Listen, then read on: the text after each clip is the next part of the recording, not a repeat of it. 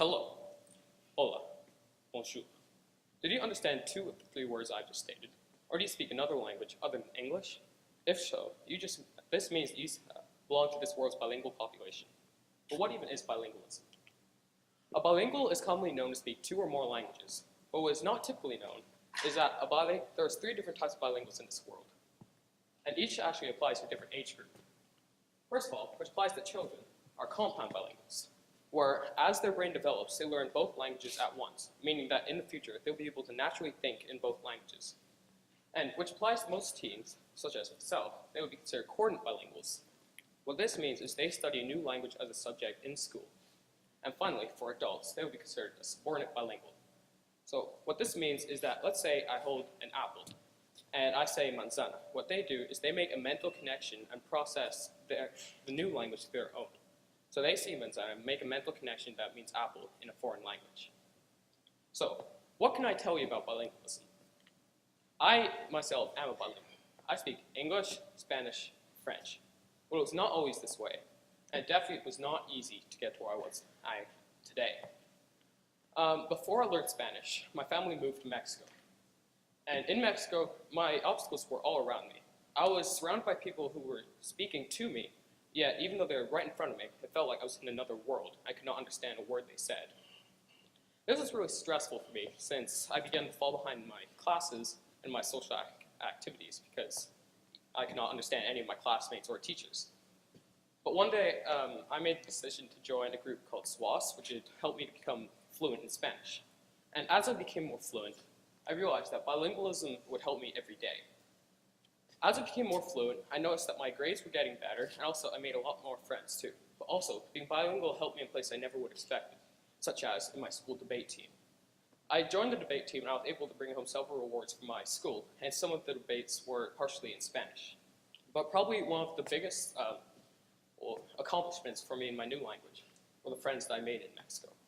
The four people that you can see in this picture were some of my classmates that I've met. But I've known these people for over a year, but only after that year, I still did not understand who they were.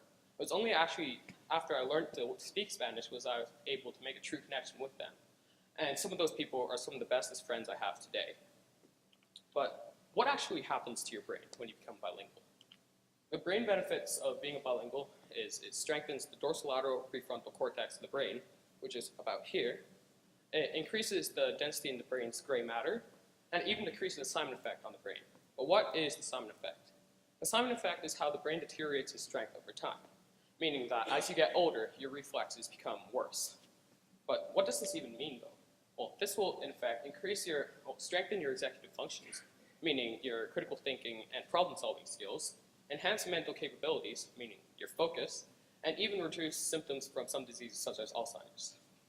And if you're still not convinced, being a bilingual can actually make you money too. Since, according to a recent census, 1/3 of all companies in the United States today are specifically looking for bilingual employees. Also, 80% of all companies in the USA today say that being a bilingual is a bonus in a resume. Also, with globalization today, me, standing right here, I could communicate with my phone to someone all the way in, let's say, China. And so this opens new options for business partnerships. But you can only communicate with these people if you understand what they're even saying. So being a bilingual will help you to expand your business to new countries throughout the world.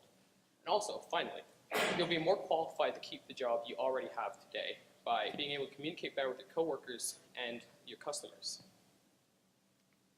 Well, all of these benefits seem pretty great, right? So why are people not becoming bilinguals? Well, this is probably because people often say that, that they do not have the time to become bilingual. But what I have to say to that is, with all the resources we have today and applications we have on easy accessible devices, means that we can just spend 5 minutes every day just to learn a new language slowly, yet we'll still get all of the benefits presented above. And also, there's a type of bilingualism for everyone. So let's say a kid wants to learn, then they can actually take a class for it. But let's say an adult who has to have work can have their child learn a second language for them, and they can learn off of them. So ask yourself, where do you want to be in life, and how can being a bilingual help you get there?